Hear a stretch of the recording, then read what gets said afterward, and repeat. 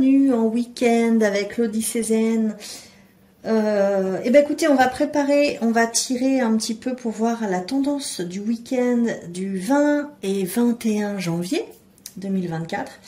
Donc sans plus attendre, c'est parti avec l'Osho Zen Tarot.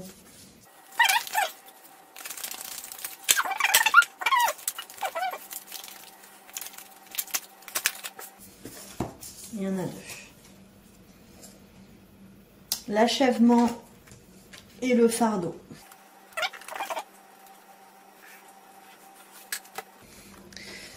Et puis, ce que nous donne la sagesse des Bouddhas avec l'oracle du Bouddha.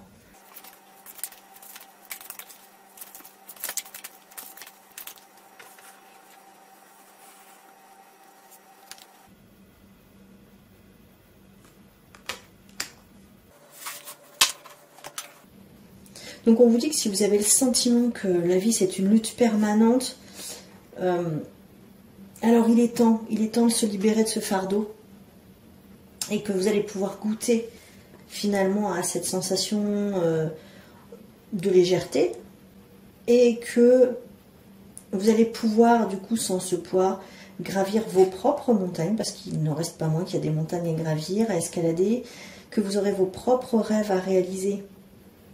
Et que pour tout ça, vous avez besoin de votre énergie propre et de ne pas confondre votre énergie avec les souhaits de la société en règle générale que peut-être vous avez pu prendre pour les vôtres. C'est en ce sens-là qu'il y a un mensonge.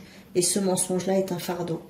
Et du coup, avec l'achèvement, bon bah là, ça va de pair. Finalement, on nous dit que que tout ce qui a pu absorber votre énergie inutilement va s'arrêter, va s'achever. Mais parce que vous l'avez décidé, et notamment parce que vous en avez pris conscience. On ne peut pas décider des choses et on ne peut pas faire un chemin différent tant qu'on n'a pas conscience de ce qui se passe, tant qu'on ne discerne pas le mensonge de la réalité. Et du coup, à ce moment-là, vous pouvez ouvrir la porte, une nouvelle porte pour vivre quelque chose de nouveau. Et notamment de ne pas oublier qu'un achèvement, ça peut être aussi le départ de quelque chose de nouveau.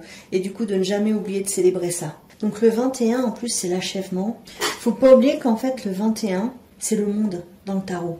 J'entre dans le monde. Mais dans le sens, je ne subis pas le monde, mais je prends ma place réelle dans le monde.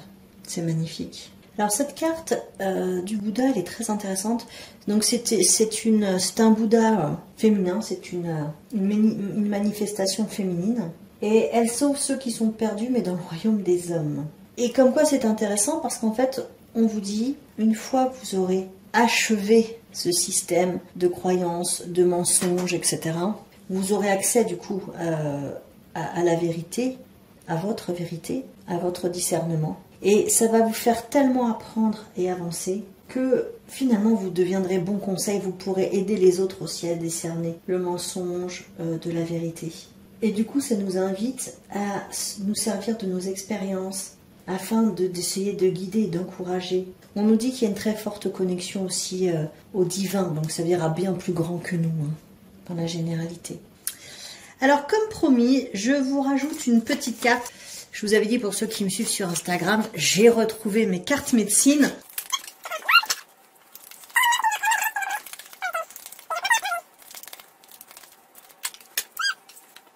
Le chevreuil.